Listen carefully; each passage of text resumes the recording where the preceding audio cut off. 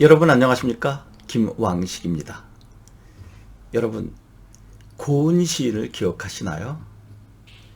만인보라고 하는 시집 10,000명을 대상으로 한 편 한 편 글을 쓰고자 했었던 것입니다. 그러니까 고은 시인이 이제까지 사시면서 10,000명 정도의 좋은 인연을 맺고 또 그분들을 시로 형상화하고 싶으셨던 것 같습니다. 그런데 안타깝게도 몇 년 전에 미투라고 하는 불미스러운 사건에 연루되셔서 지금은 곤란한 상황에 처해 있지 않나 하는 생각이 듭니다. 그런 일이 없었다면 얼마나 좋았을까요? 저는 만인보 중에 두 번째 시집을 제가 접하고 저도 저렇게 많은 분들이 저와 좋은 인연을 평생 맺고 살 수 있을까라고 하는 바람을 갖기도 했습니다. 고등학교 국어교사로 재직 중에 욕심도 내봤습니다. 그래서 한 명 한 명 저와 어릴 때부터 인연 맺었던 사람들을 글로 옮겨보기도 했는데 이제 그것을 제가 영상으로 몇 분이나 할지 모르지만 해보려고 합니다. 첫 번째로 기억나는 분은 제가 어린 시절, 그 당시는 국민학교였죠. 초등학교 때 담임 선생님이 떠올려집니다. 여기서 이름은 제가 밝혀드리지 않도록 하겠습니다. 여선생님이셨는데 그 당시에 저희는 경기도 광주, 지금은 이제 분당 너머의 오포라고 하는 곳인데요. 지금은 거의 이제 도시화됐지만 그 당시에는 그야말로 하늘 아래 첫 동네였습니다. 전기도 들어오지 않았고요.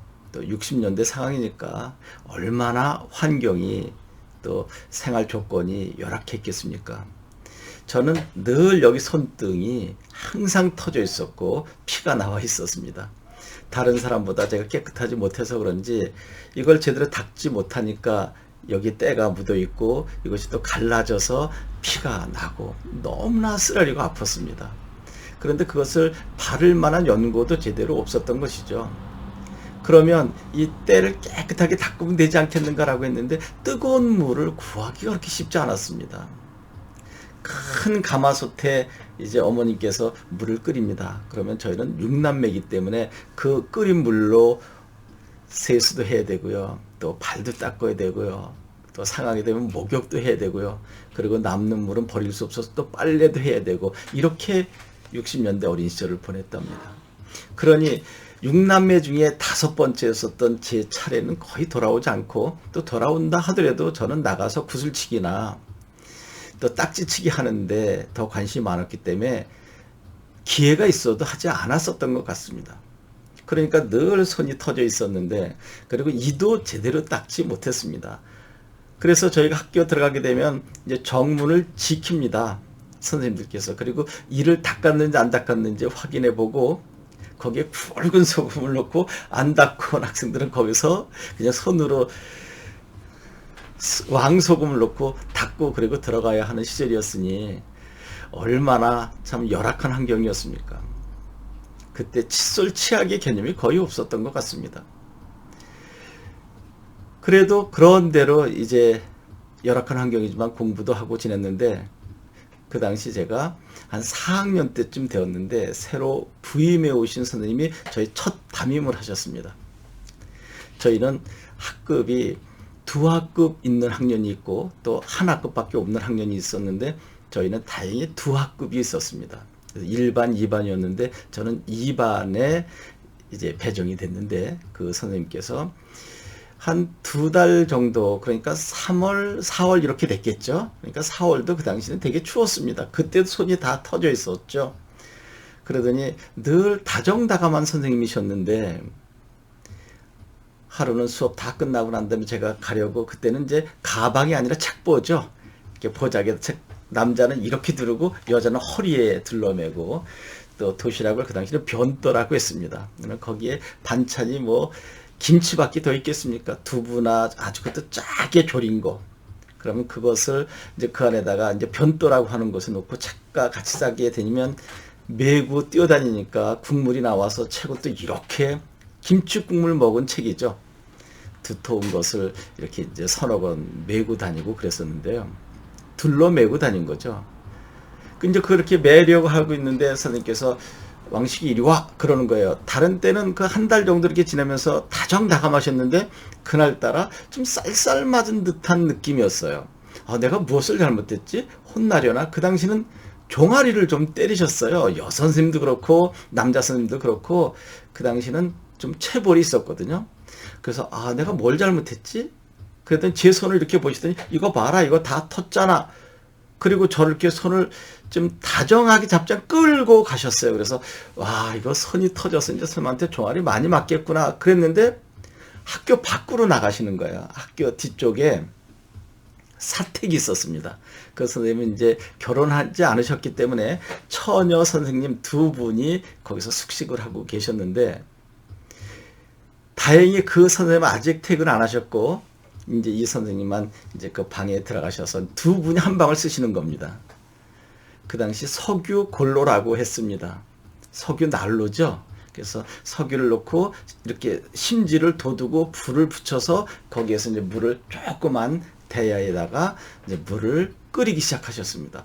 왜 그러실까? 근데 이리 와. 그리고 손이 왜 이렇게 터졌어? 그 한마디만 하시고 거기까지 한 5, 6분 정도 걸어가는 동안 한마디도 하지 않으셨습니다. 저는 무척 긴장이 됐습니다. 그때는 종아리 맞는 게 참 싫었거든요. 그런데 이제 어느 정도 물이 끓고 난 다음에 선생님께서 손을 이렇게 넣어보시고 또 그 뜨거우니까 또 찬물로 이렇게 이제 어느 정도 미지근하게 좀 만드셔서 저희 손을 그때는 이제 내복을 입었으니까 이렇게 걷게 하고 손을 안에 집어넣고 한 2, 30분 동안 이제 저는 그러고 있었습니다. 그때까지 선생님은 아무 말씀도 하지 않으시고 이제 당신 일을 하고 계셨습니다. 그렇게 한 2, 30분 정도 있다 보니까 이제 물도 이제 다 식어졌고 선생님께서 오셔서 저를 이걸 하나하나 이렇게 좀 밀어주셨어요. 그때 이제 헝겊을 지금 같으면 뭐 이태리 수건, 떼수건 같은 것이 있지만 그 당시 없었거든요. 선생님은 좀 약간 거친 수건, 이제 질감이 거친 것으로 해서 저렇게 하나하나 했더니 때가 많이 나오는 거예요. 그러더니 선생님께서 이거 봐라, 국수 이렇게 나온다 그러시는 거예요. 옛날에 꼭 이렇게 국수가 이렇게 이제 밀가루 밀었던 것처럼 이렇게 나온다고 그랬어요. 지금 생각해보면 참 부끄럽고 창피한데요. 그렇게 한 10분 정도를 계속 이렇게 양쪽 손을 닦아주다 보니까 안에 갈라졌던 것이 또 거기서 피가 나기 시작했습니다. 그런데 제가 만져봐도 그 몇 달 동안 쌓였던 그 두꺼운 때는 다 벗겨졌고 피는 약간 났는데 선생님께서 저 윗무크로 가시더니 동동 구리물을 가지고 오셨습니다. 지금은 좋은 로션과 연고가 많지만 그 당시는 구리물이라고 했거든요. 그것을 여기 잘 발라주시면서 그 다음이 저를 가슴 아프게 하셨습니다. 선생님께서 그걸 잡고 그렇게 단호하게 말씀하셨던 것은 이제 다 어디 갔는지 없어지고 제 손을 이렇게 잡고 당신의 고운 뺨에 이렇게 비비면서 왕씨가 얼마나 아팠겠니? 이렇게 깨끗하게 닦고 다녀야 되는 거야 라고 정말 천사처럼 저를 보듬어 주셨습니다. 그것이 전부 다입니다. 저는 그때 그 시절을 잊을 수가 없습니다. 아, 선생님들은 이렇게 따뜻한 사랑을 갖고 계셔야 되는 거구나. 많은 지식을 우리들에게 알려주는 것도 중요하지만 이렇게 부모님처럼 정성스러운 사랑, 보살핌을 선생님은 학생들에게 주셔야 되는 거구나 라는 생각을 가졌습니다. 학교에서는 여선생님은 엄마, 남선생님은 아버지가 되는 거 아닌가요? 여러분들은 얼마나 가정에서 귀하게 자랍니까? 그런데 그 귀한 자녀를 학교에 보낼 때는 선생님들을 믿기 때문 아닐까요? 그런데 그 여선생님은 정말 저희 엄마만큼 따뜻한 사랑을 제게 주셨습니다. 그때 아마 제 가슴속에 나도 다음에 교사가 돼야 되겠다. 저렇게 따뜻한 사랑을 학생들에게 전해주는 선생이 되어야 되겠다는 생각을 갖지 않았나 생각합니다. 그래서 집안에서는 저에게 뭐 법조인이 되고자 했지만 그 선생님의 영향으로 교사가 되지 않았나 생각합니다. 여러분 이렇게 따뜻한 선생님이 계신지 한 번 더 생각해 보시고 또 저와 함께 그런 선생님이 있으면 공유해 봤으면 좋겠습니다. 고맙습니다.